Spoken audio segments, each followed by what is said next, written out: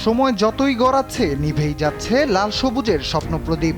Shooting থেকে শুরু, ছেলেদের সাঁতার হয়ে এবার আশা ভঙ্গ হলো আর্চার সাগর ইসলামেরও। আর্চারিকে ঘিরেই প্যারিস অলিম্পিকে স্বপ্ন বুনেছিল বাংলাদেশ। তবে হতাশই করলেন আর্চার সাগর ইসলাম। প্রথম রাউন্ডে সরাসরি সেটেই বাদ পড়লেন এই আর্চার। অবশ্য লড়াইটা ছিল অসম, এটা মানতেই হবে। বয়সের পার্থক্য তো ছিলই, বয়সের সাথে সাথে অভিজ্ঞতা আর বিশ্ব র্যাঙ্কিংয়ে ব্যবধানও ছিল তেমন। তাই ইতালির মাউরো নেসপোলির সাথে সাগরের লড়াইটাই হয়ে ওঠেনি।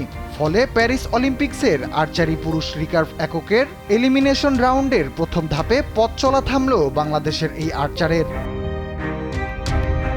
রিকার্ভ পুরুষ এককের সেরা ৩২-এ ওঠার লড়াইয়ে সাগর ৬-০ সেট পয়েন্টে হেরেছেন লন্ডন অলিম্পিক্সে দলগত বিভাগে স্বর্ণজয়ী নেসপোলির কাছে।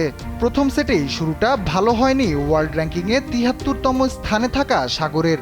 দ্বিতীয় সেটে লড়াই করলেও এরপর আর সময়ের সাথে সাথে নিজেকে ফিরে পাবার যে প্রয়াস, সেটাও দেখাতে পারেননি সাগর। শেষ পর্যন্ত স্নায়ুচাপের সাথে আর পেরে উঠতে না পারায় স্বপ্ন ভাঙে বাংলাদেশের। ৬৫২ স্কোর করে ৬৪ প্রতিযোগীর মধ্যে ৪৫তম হন ১৮ বছর বয়সী এই আর্চার। গত জুনে ওয়ার্ল্ড কোয়ালিফিকেশন টুর্নামেন্ট আর্চারির পুরুষ রিকার্ভ এককের সেমিফাইনালে ৬৬০ স্কোর গড়ে সরাসরি প্যারিস অলিম্পিকে জায়গা করে নিয়েছিলেন তিনি।